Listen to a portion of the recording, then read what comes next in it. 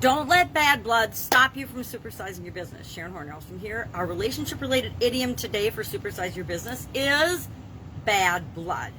Now, we're going to talk about what bad blood is, where did this expression come from, how does it impact your business, and then 7 ways to settle an argument, as well as ways to handle yourself so that past hurts, past challenges, past problems, bad blood in different areas and aspects of your business doesn't slow you down or, heaven forbid, stop you from growing and supersizing your business. Bad blood, of course, is from the book Blood Feuds in the 1800s that talked about and cataloged all of the different blood feuds that had been going on for generations in families, in clans, in between ethnic groups, etc. And it shared all of those and talked a lot about what the feuds were. And bad blood came to mean ill feelings, bitterness, anger, hatred, discord, rancour, antagonism, things like that, between different groups of people. Now, there's a lot of people trying to stir up prejudice and things in the world, and that would be an example of bad blood. Whenever people don't get along, or they argue, or they're having conflict over, especially over things that they have no control over, that creates bad blood, bad relationships. I guess bad blood to me is a way to say we're having a bad relationship and we're not sure it's based on a foundation of our personal beliefs and experiences more than a groupthink, I guess it's an example of, to me. A group decides they're going to all believe one thing, and anybody that doesn't believe that, we're going to have bad blood and we're going to fight with them. Civil war is a great example of bad blood and arguments and hatred toward family members because they had different beliefs about a topic or something. I don't know if that's a great example, but it's the one that comes to mind for me. So what are some ways we can settle an argument or make sure that bad blood doesn't have a lasting effect on our business as we're growing and building and supersizing it?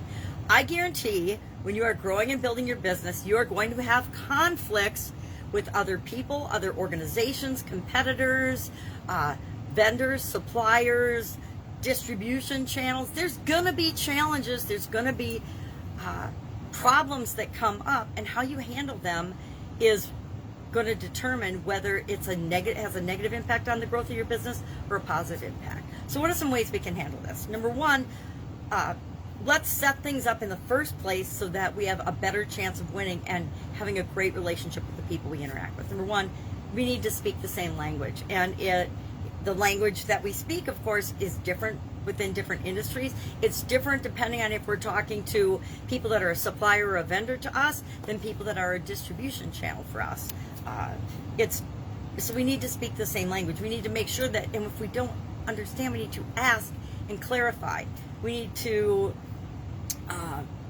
really establish service levels and what that means. If you're hiring a new person and bringing them into your organization, you want to share your expectations up front with them so that there aren't any misunderstandings, because misunderstandings can lead to arguments or challenges or even a severing of a relationship. We need to use automation processes, systems, procedures whenever possible that are agreed on by both parties. We want to use a reporting system, some type of way of measuring, are we doing what we said we're going to do? Because I have found that the biggest place that problems arise from is people either not doing what they say they're going to do or doing something that goes against our core values in our business. So if they do something illegal, immoral, unethical, something that we disagree with, if they, lie, cheat, steal, or there's any form of corruption, that's a no-go for me and my organizations. But each of us have that list of things that we will not accept or tolerate, and that can create tension in relationships and bad blood. And the other thing we want to make sure that we're doing up front is communicating often and checking in. Just like when we're supervising people and leading people, we share our expectations and we don't micromanage them, but we check in and we have regular conversations to see how it's going, or if there's a way that we can support and help them to do the thing that they said they're going to do, right? Or if there's something that they need from us. So what are ways to settle an argument? I think bad blood comes when we have arguments and problems with one another. So I'm going to share quickly 7 ways to settle an argument and see if any of these have worked for you. Number one, we need to take responsibility for what we do and the role we play in any situation where there's a conflict, right? Because we all play a role. It takes two to fight, and it's hard to admit, but I learned that with my ex-husband. Even if we're fighting, I don't have to engage, but sometimes I did, and I need to take responsibility for my role in that. We need to do that in all of our relationships, especially if we want to avoid having bad blood or a long-term rift happen with someone or some organization. It's very important with regulatory agencies, right? We don't ever want to normally, at least here in the United States, I found, have a problem from a regulatory agency because they actually have the outside power to really negatively impact or shut down our business. I'm thinking OSHA, USDA, FDA, whatever organizations that have official capacity that you interact with. It's important to have a good relationship with them. And if there is an argument, make sure that you step forward and say, okay, I misunderstood this, whatever you need to do. Number two, put yourself in the other person's shoes. If you're having a bad blood with a competitor because they did something you didn't like, is it that they really did something bad, or they just did something better, faster, and served customers before you did, and so your feelings got hurt? So put yourself in the other person's shoes. Would you have done this if you were in the same position they were? And a lot of times the answer is yes, even though we don't want to admit it. Thirdly, talk about what's going on and the situation and how you feel about it. Use the I statements, right? Don't blame or assess intent to other people. Ask questions to clearly communicate and understand. Talk about the situation. Talk about how it impacted you. If it's important, you're probably not going to call up your competitor and say, oh, we feel bad about you beating us to market with this particular new version of a product, etc. But you're going to learn from it. Number four,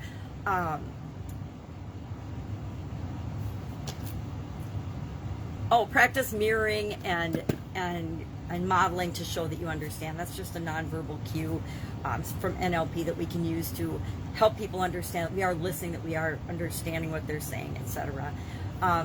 6, focus on where you agree. It's really easy in any hard or negative, conflicting situation or tough problem to focus on what's wrong, right? Focus on the problem, focus on the problem, focus on the problem. No, don't focus on the problem. Focus on the solution. Focus on, okay, we all agree this is the problem. Now, what can we possibly do about it? Always focus on the solution and what's possible, not the past and because we can't change the past, and what's impossible. Don't focus on things that aren't. Focus on the possibilities that are in every situation.